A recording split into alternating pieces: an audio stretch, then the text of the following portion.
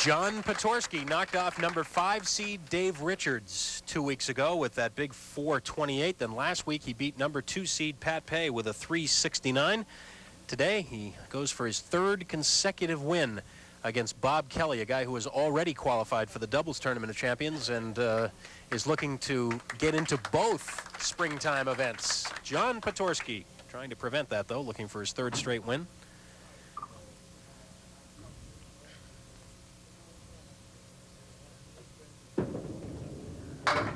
John is a great story here.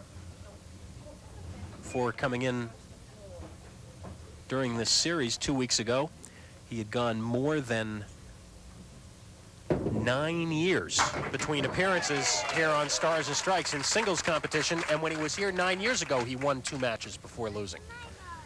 And he starts with a spare.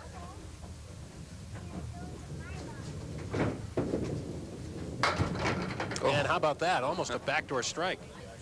Well, those are the breaks you need. Those are the breaks you got to cash in on.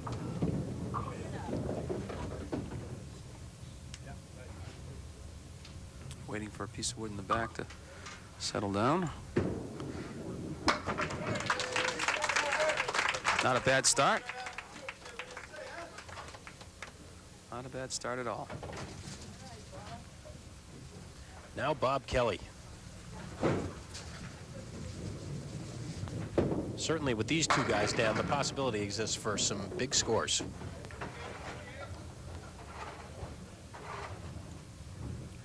Triangle, right-hand corner. Yes, just powered right through it. That wood was fighting him a little bit, but he was able to carry it for the spare. Bob qualified for the doubles tournament of champions with Larry Valcourt. Back on November 27th, they threw a 381 to beat Steve Vadney and Bill Koffold. Bob with just 3 on the spare. Yeah, 1, 5, and 9.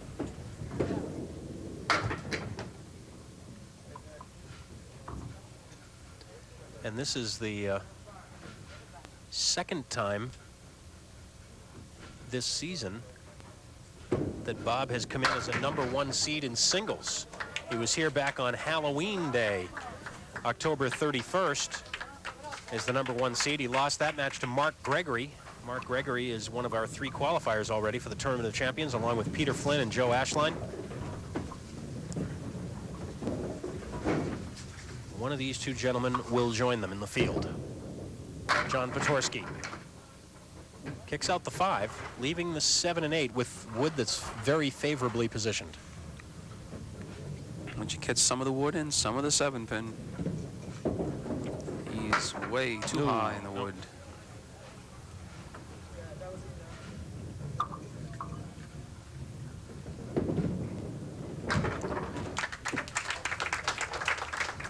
In fact, when Bob Kelly was here back in October as the number 1 seed, he had also rolled a 700 in the roll-off, 704 back then. Right through the middle, John Potorski.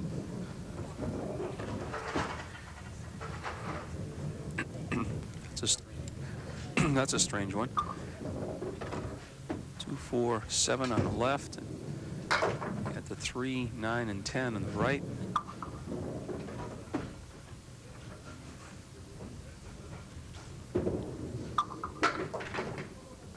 And the 9. 56 through 4. The final roll-off for this series held at Leda Lanes in Nashua. Let's say hello to Ray Simoneau and all the gang over at Leda Lanes, especially Chris Boisvert, who helped us out with the final roll-off scores, getting ready for the taping. 6, 7, 10 for Bobby Kelly. Oh, not quite. Good effort.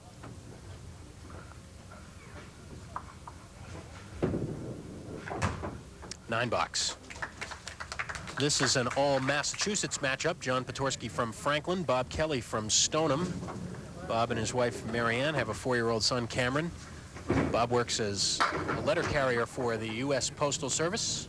Does a lot of his bowling right here at Park Place and also at the Wallex Lanes. 5, 8, 9, 10. No.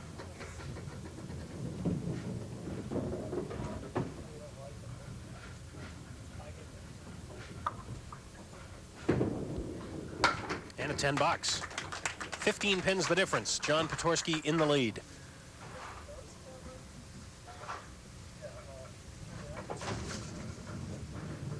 John does much of his bowling at Fico's down in Franklin. Although we were discussing this off the air last week, he used to be a league bowler here at Park Place at one time for a year or so.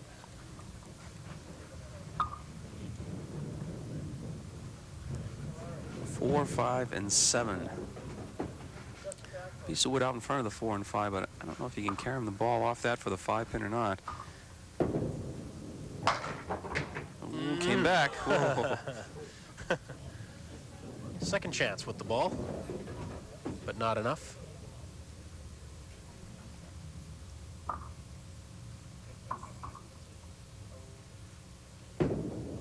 And the $10.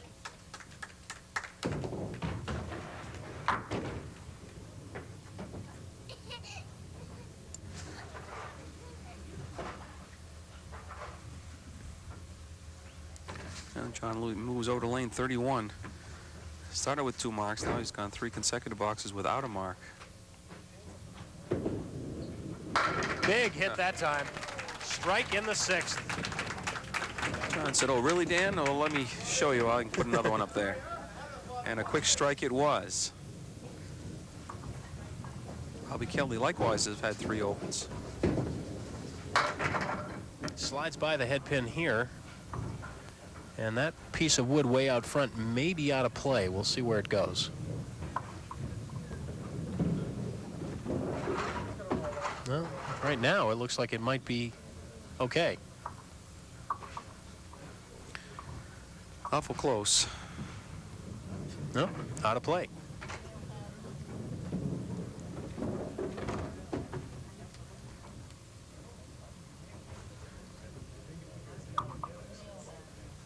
The 1, 6, 7, and 10, and just like that, Bob Kelly converts it.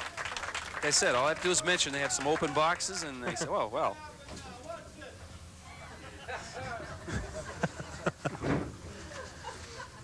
I do believe that was Peter Flynn. Yes. Doing some cheerleading in the background. There's Peter and Bob Bowl on the same team, and there's strike on spare. Wow. Boy, that didn't take long. Off the wall, nudging the 5 pin over, strike on spare. Climbs back to within 5 of John Potorski. John filling his strike now. And almost got a break over there and possible chance at a double. But instead he'll shoot at the 2-4. For the spare? Yes, indeed.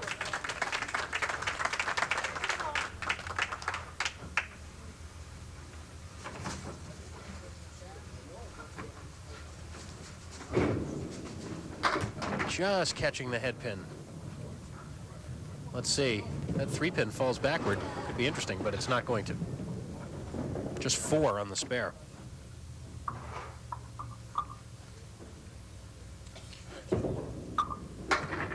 Will it happen?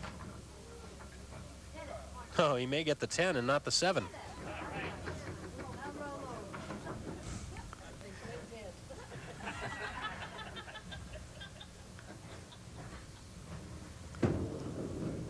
It's a 10 for John. 110 through 8. And now Bob Kelly steps up working on a strike.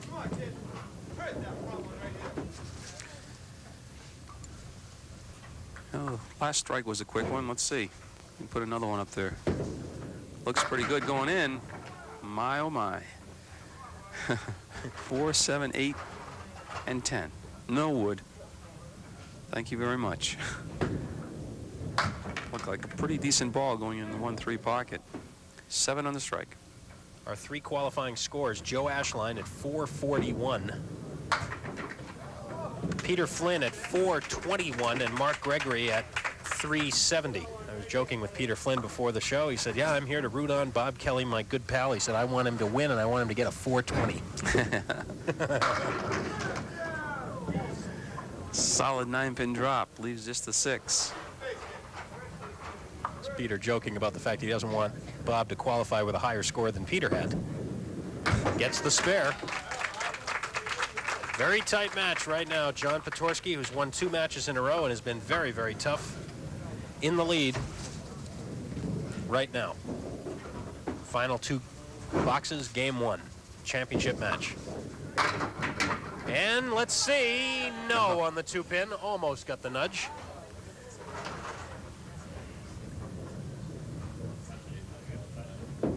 Uh-oh, uh-oh. John came right up straight when he released that ball, and the ball straightened right out on him. You got to stay down over that shot. That time he got the lift and the 10 box. Could be a costly miss. Time will tell. Only left 1 pin standing this entire game also. Triangle. 3, 5, 6.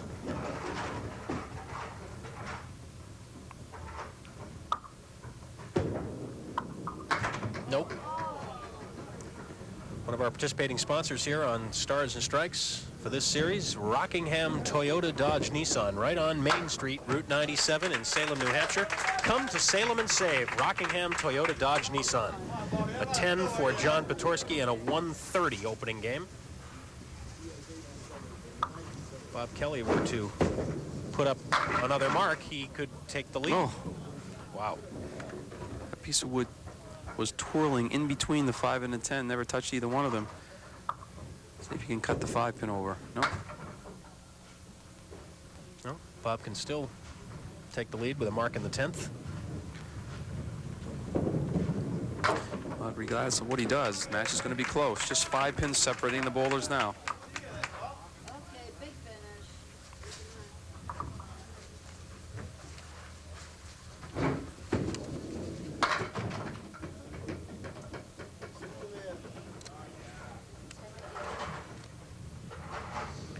Well, a little better for a left-handed bowler. Ball coming from left to right. Oh, he's a little high in the wood. Nope.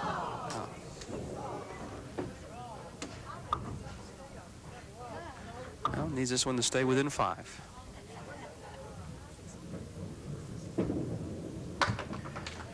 Five indeed is the difference. John Potorski with the lead. 1 game in the books, 2 to go. Our championship match continues here at Park Place Lanes in Wyndham after these messages.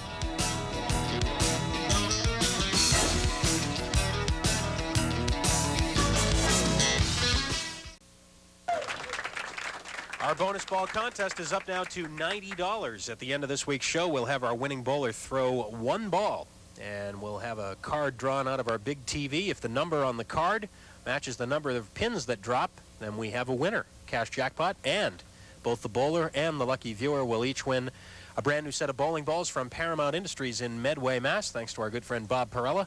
But you can't win if you don't send us your postcards, so make sure they're regular-sized postcards only, please. Include your name, your full address, and the number from 1 to 10, and mail them on up to Park Place Lanes, Route 28, Wyndham, New Hampshire, 03087. And good luck. Bob Kelly will start game 2, trailing by 5.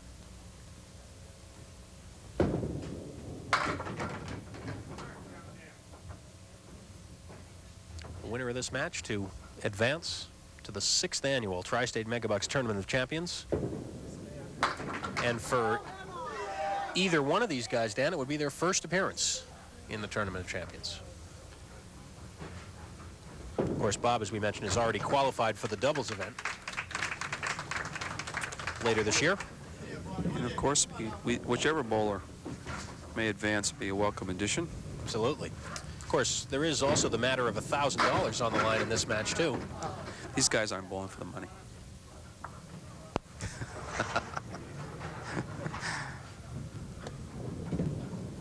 So you're saying that the money is kind of an incidental side yeah, benefit just, to all this? Cab fare. I see. Well, how about the 3, 7, and 10 with wood? It's got to come up high in the wood, though. Otherwise, it's going to go right in the channel. Oh, got it. With that ball is not. We're going to have to slow this down to see what happened. Actually, never even disturbed those other 2 pieces of wood until after the shot was made.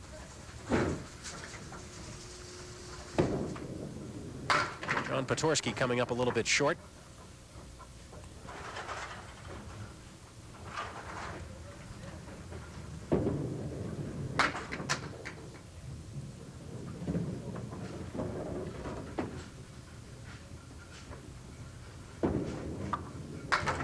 And a 9.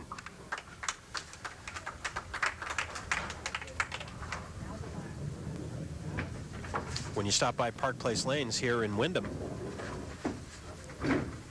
should you feel the need for a little something to eat, you'll want to be sure and visit Willow Tree North, located right here inside Park Place Lanes. The Willow Tree North restaurant with our good friend Rodney Cronin and the gang at your service. Tell them you heard about him here on Stars and Strikes. Cindy Sissom going down to check that piece of wood, and it is in play. Much to the chagrin of John, who was hoping it would be out of there. Makes the shot much more difficult. And that's why.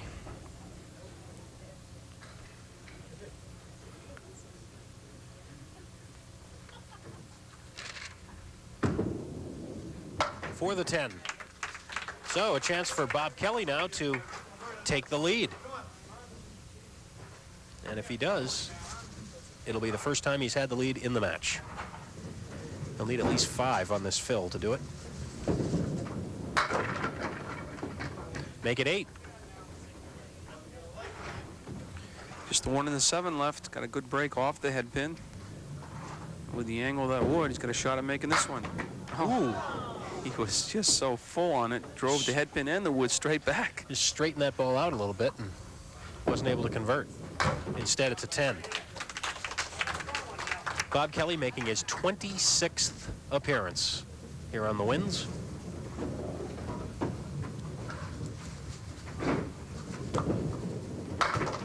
Off target to the right.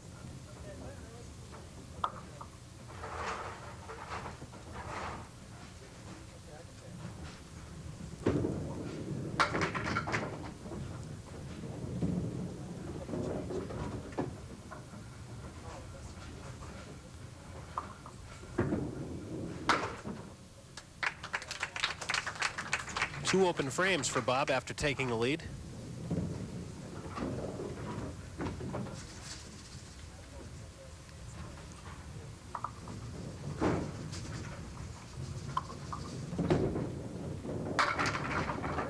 John Potorski skips the 5-pin a little bit, but can't knock it over.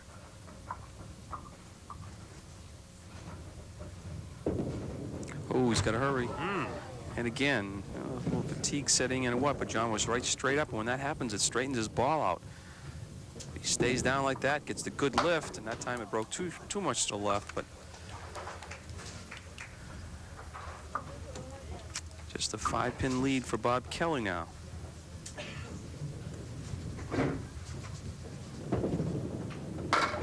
Full on the head pin. Well, that would help a little bit by turning. Is it out far enough, though? Yeah, I think it might be too deep, but it's worth a chance. Oh, you can play the 6-pin. Pat Pay made this shot last week.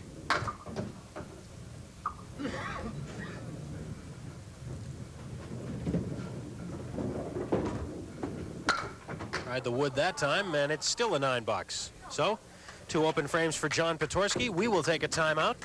The lead has changed hands here early in game 2. It's now Bob Kelly with a 5-pin advantage as we approach the halfway point of our championship match. Don't go away.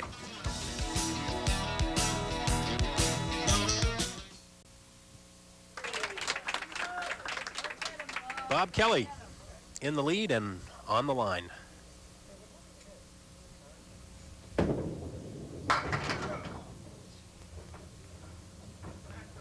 In that 1-2 pocket, which for him, of course, the left-hander is the target, but... Well, yes and no. Bob, if you watch him when he delivers it, he's, you know, to the extreme right-hand side of the approach, so the ball is going that way. He was a little disappointed in that break. The 5, 7, 9, 7, 8, and 9. He's going to shoot right for the left-hand tip of that wood. Try to jump the 5-pin over. Well, too much of the wood.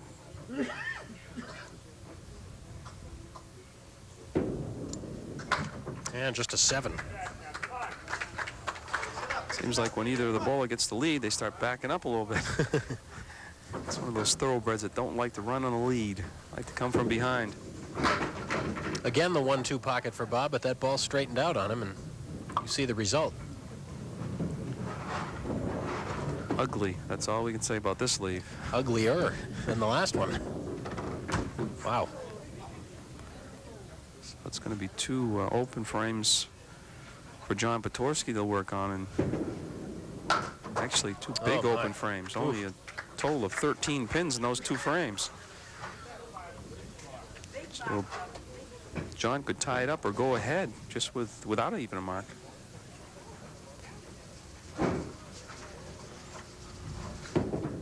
On lane 32, he just clips the head pin.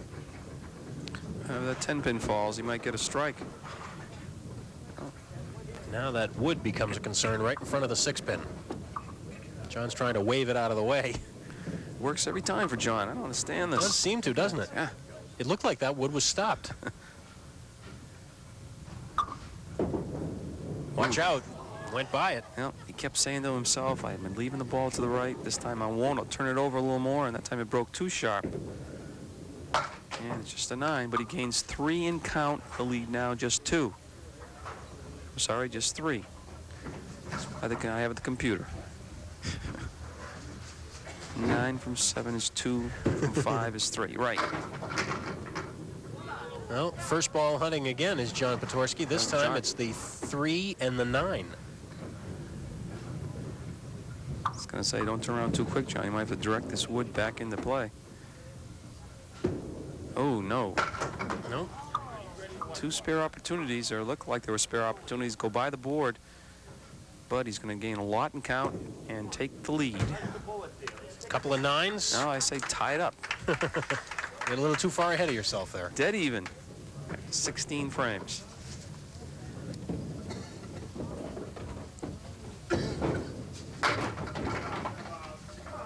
Oh, Bob Kelly gets a big break. He had a triangle, got a little tap on the 5-pin, and then takes out the 2 as well, leaving him with the 4 for single. And he's right on it for the spare, breaking a 4-box drought.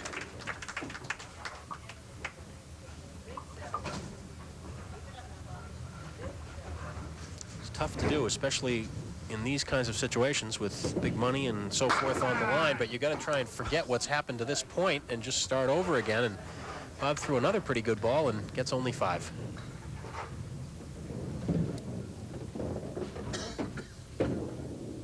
Playing the wood, and he got it! What a shot for Bob Kelly! A creative way to make that shot. Unbelievable.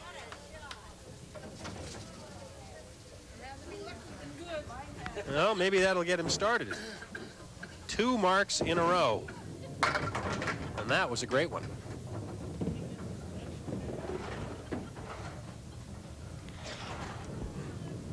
John Potorski now. No picnic here. The 3, 6, and 7. Heard somebody in the audience say rather be lucky than good. I'm sure Bob was playing that way all the way. All the way he was playing that wood. 8-box for John. So Bob quickly reestablishes a lead. And remember, he's got another mark up here in the 8th.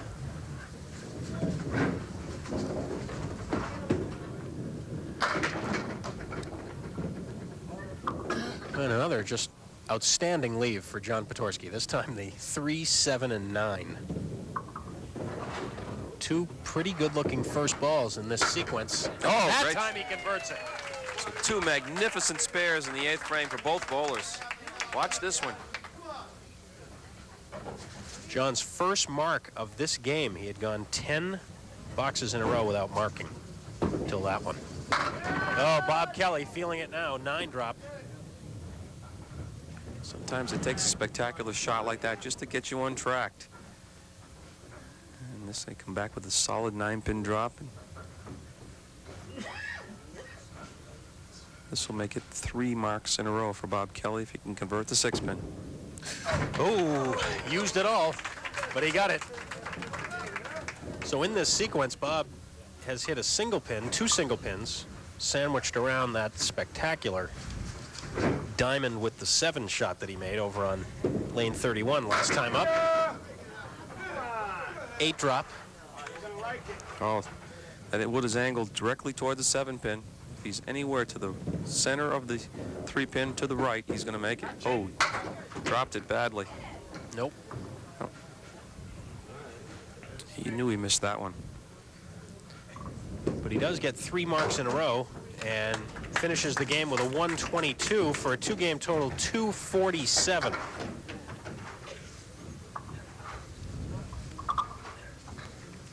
John Potorski is going to need at least 1 big mark and maybe 2 more to avoid being double figures behind going into the 3rd game. This is on a spare, and he left it out to the right.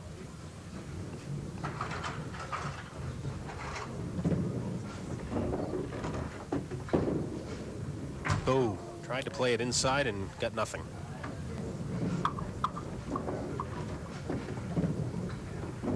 Now he needs to try and bail out. Plays it the safe way, gets an 8. Well, if John can get a mark here in the 10th, he could keep the lead under 20,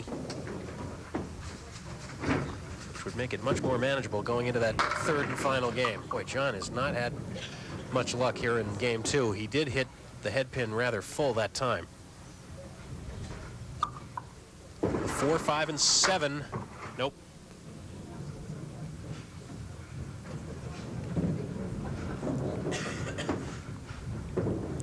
So after a 130 opening game, John Potorski settles for a 93 middle game, a 2-game total of 223. And as you see, the lead is 24 for Bob Kelly. One of these guys will be advancing to the 1994 Tri-State Megabucks Tournament of Champions. We'll see which one after these words.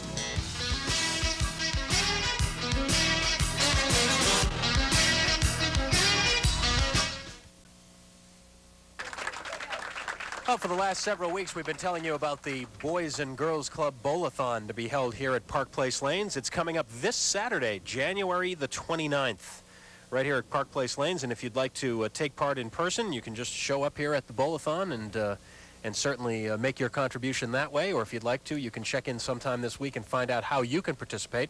Dan and I are participating in kind of an unusual way. We're going to be rolling 3 strings sometime this week ourselves. Unfortunately, our schedules don't permit us to be at the bowl-a-thon on Saturday, but we are going to get together for 3 strings of bowling sometime this week, and we're going to take those scores and use them for your pledges for the bowl-a-thon for the Salem Boys and Girls Club. So we'd like you to mail in your pledges. You can pledge a flat amount if you'd like on behalf of either Dan or myself, or you can pledge an amount per pin for one of us. For instance, if you were going to pledge a nickel a pin and I were to roll a 300, that would be oh, why did I do such a tough amount? That would be a $15 pledge. Nickel a pin, 300 pins, that's $15. So you can do it either way, either a flat amount or an amount per pin. But be sure and put Dan or Doug somewhere on the envelope when you write in and send it into Bowl-a-thon, Park Place Lanes, Route 28, Windham, New Hampshire, 03081. If you send a check in as a flat amount, please be sure and write your check out to Bowl-a-thon, and that'll be just fine. And a little bit later, we'll be informing you about the exact scores that Dan and I came up with, and we'll be talking about it incessantly. Well, I'm sure we will if Dan wins. Well, you know, they can use the scores for their pledges, and I'll use the scores for my pleasure. How big can they be? Hold the sign up here. Well, John's got some work to do, and that's the way to start. Down by 24. Starts with a spare in the first. Well, of course, we're having the friendly competition in the bowling, but we're also having a friendly competition to see who can raise more money, and so... Yeah, it's a great cause. My hope is that the people who pledge an amount per pin on my behalf will pledge a little bit more per pin. That way I might be able to make up any deficit that I might have. 2 marks for John Potorski to start it here in the 3rd. You don't leave any I's undotted and T's crossed, huh? You want to make sure. I got it all taken care of. Well, it'll be fun and a great cause, so please help us out. Bob Kelly, half Worcester.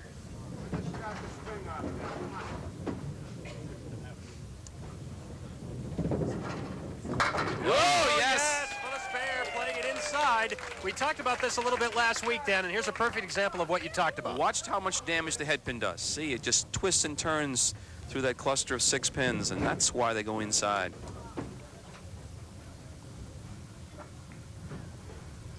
Big spare for Bob Kelly, and he fills it with 8 more. But to keep pace, he's going to have to convert the 5 and the 10. Not an easy shot, but a makeable one. Ooh, gave it a run. Ball faded a little bit on him to the left. Takes the safe way this time, getting the 1, making sure of that. That pin could be important later on, you never know. Bob carrying a 24-pin lead into this third game. One of these two gentlemen is going to join Joe Ashline, Peter Flynn, and Mark Gregory in the field for the 1994 Tri-State Megabucks Tournament of Champions. Probably a little too early to start looking at the final score, but I was going to say, yeah, it's they've got a little more work to do at hand first. I'm sure that's the farthest thing from their mind right now. the lowest qualifying score to this point is Mark Gregory at 370. The highest is Joe Ashline at 441. I dare say neither of these guys are in danger of finding that score. But Mark Gregory's score could certainly be in jeopardy depending on what happens. Will it be a strike for John? No. Got a little touch on the 4-pin, but not enough. Oh, this is going to be a shame if this wood settles down in front of that 4-pin now. No. Well, still not the greatest, but now it's moving away. Problem is John's waited a long time now.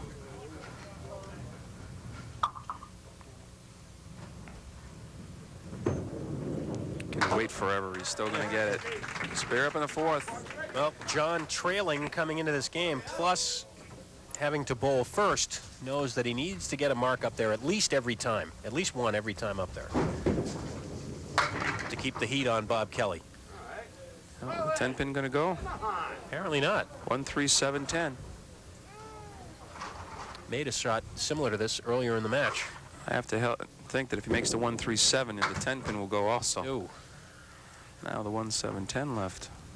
And unless it's a great out, he's going to lose a few on count. 8 box, that cuts the lead down to 14, plus now he's opposite a mark here in the 4th. So things getting a little more interesting here.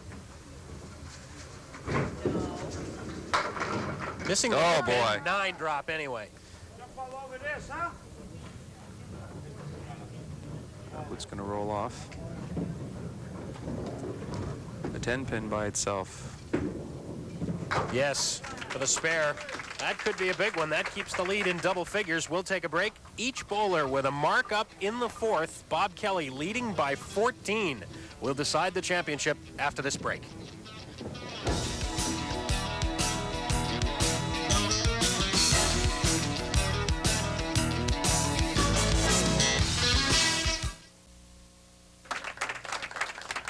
Well, John Potorski will be first to fill that spare in the 4th.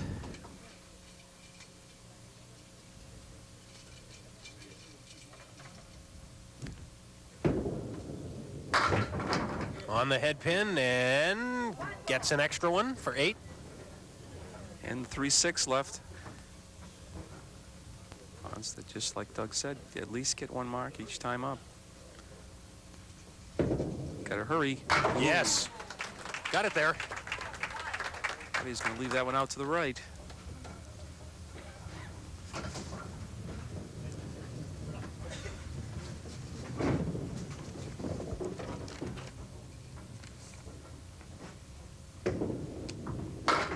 Oh, right through the center. Spread eagle, 4-fill.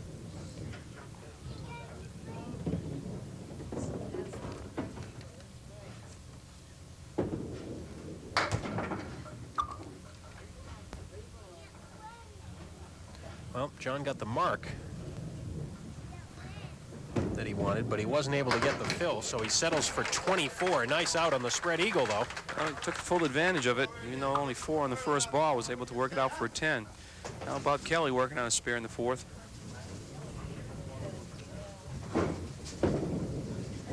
And he does it, too. Spread eagle on his spare. See what Bob does with it. This is going to just about be even. Oh, boy. Oh, no. A 6 box, and the lead is now just 2. 2 pins the difference.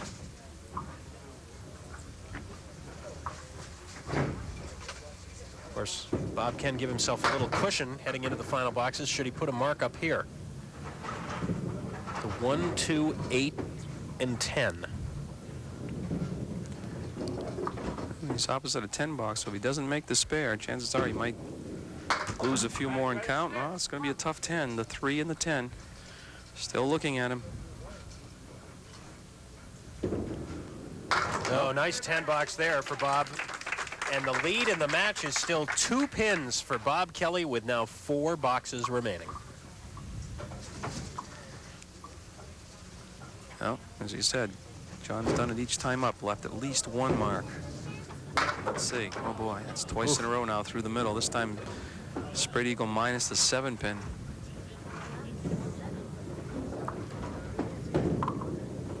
Oh, what a try. Oh, my. Just the 2 pin remains. It puts him in a position to make another 10 box, though, which could be important. No, it's just 9. Quick reminder that next Sunday here on Stars and Strikes, as we take another look at that great spare effort by John Potorski, just missing on the 2 pin. Reminder that next week we'll have our 4-week mixed doubles series beginning here Sunday at noon. Of course, next Saturday we'll also be starting a brand new doubles series as well. Oh boy, could be a roadblock.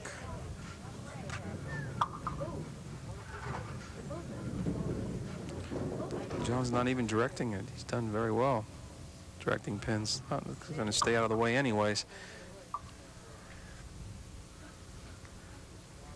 The 4 pin. He's on it. Yes, sir, for the spare, and he continues to put up at least 1 mark every time. That's 10 now in the match for John. Pretty tough competitor. Bob Kelly trying to protect the 2 pin lead and everything but the 5.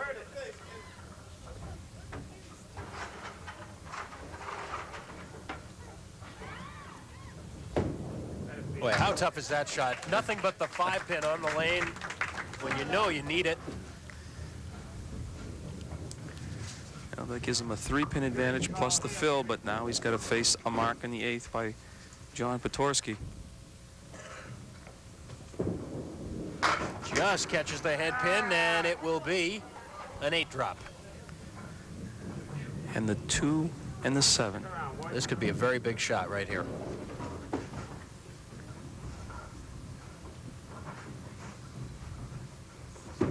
Let's see. Oh, just slipped by. He was trying to split it without using the wood. Somehow missed the 2 pin. Just missed it. That's what he wanted. So this thing is going to go right down to the end. John, or Bob rather, trying to clear out a piece of wood that's come crawling up the lane, and finally he says, well, that's what Cindy's here for. He'll let Cindy go do it.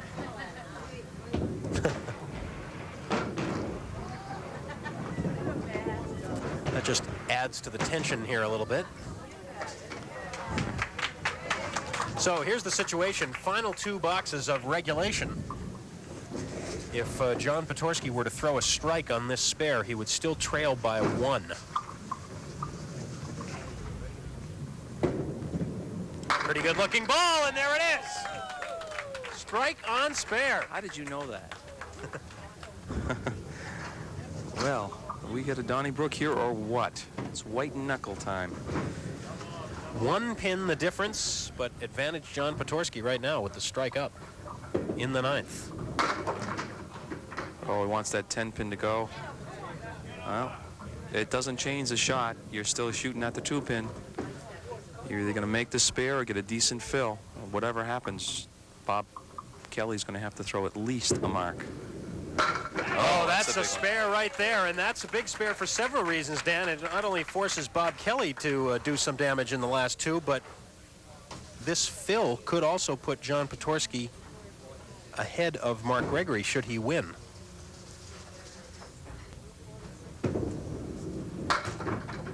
It is a fill of 6 for a 152 final game for John Potorski, 375. So he beats Mark Gregory's score by 5, but the question is, has he beaten Bob Kelly? We'll know after these two boxes. 128 to tie, 129 to win. He's at a 113 clip now. He needs 2 marks.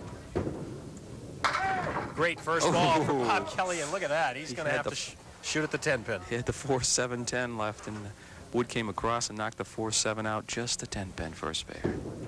Oh, no. No. Misfired. That's going to put him in a double strike situation. Yeah.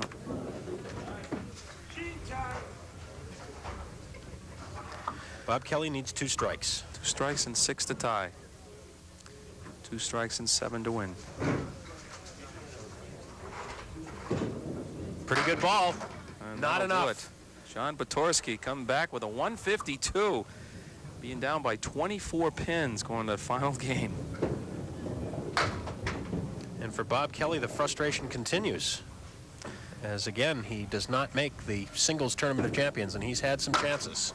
He's making some pocket change along the way, though. Absolutely. A 111, a 358 for Bob Kelly. John Potorski with a 375 makes it 3 wins in a row, and he'll be back in the spring along with the other qualifiers for the Tri-State Megabucks Tournament of Champions. We'll award the cash and try and give away some more cash in the bonus ball contest in a minute. Candlepin Stars and Strikes is sponsored in part by Rockingham Toyota Dodge Nissan, Route 97, Salem, New Hampshire. And welcome back to Park Place Lanes. Doug Brown along with Dan Murphy will rejoin me in a second. Championship week in the books, and it's John Potorski advancing to the Tournament of Champions. We'll talk with him in just a moment, but first of all, a round of applause for our runner-up, Bob Kelly, with a 358 this afternoon, and Bob will take home a check for $500 for his efforts. Not the check you wanted, but still it does give you a chance to come back and qualify again. John kept the pressure on there. He did what he had to do, really, in that third game. He kept putting the marks up. Well, you hold a 24-pin lead. It looked like I was playing defense, and John just balling loose, and that's all those strings you get. But I got a new strategy. I'm going to do on the roll-offs next time. Oh, what's that? Qualify lower, yeah. Not coming first. Kiss of death. Well, of course, you're already qualified in the doubles tournament of champions, and there's still time left this season, so good luck. Perhaps we'll see you again. All right, so thanks. Thanks very much. And now John Potorski for the bonus ball contest. And once again, we have $90 in the jackpot this time, so we're looking for a $90 winner, and obviously, of course, Bob Perella would love to give away a couple of sets of brand new bowling balls from Paramount Industries. But in order to do that, we have to have a match, and let's see, it's a 6. Well, John threw a strike last week. It should be easier, I would think, to match a 6 than a strike. We'll see. What do you think?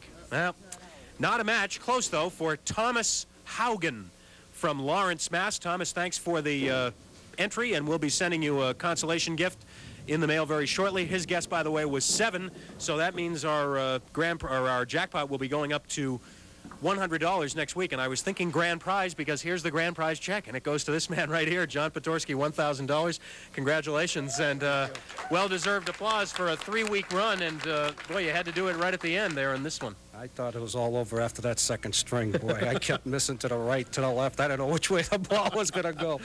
But she's a tremendous third string. I just reached back for a little extra and just let it rip. And I got successful. Well, now you can sit back and watch everybody else battle, and you know that you'll be here in the spring along with Peter Flynn and Joe Ashline and Mark Gregory. You're there. A group of guys to bowl, I'll tell you, really. Thank you very much, and I don't know what else to say. Well, congratulations, and go get some rest, I guess, to come back in the spring. Thanks very much, John. Congratulations.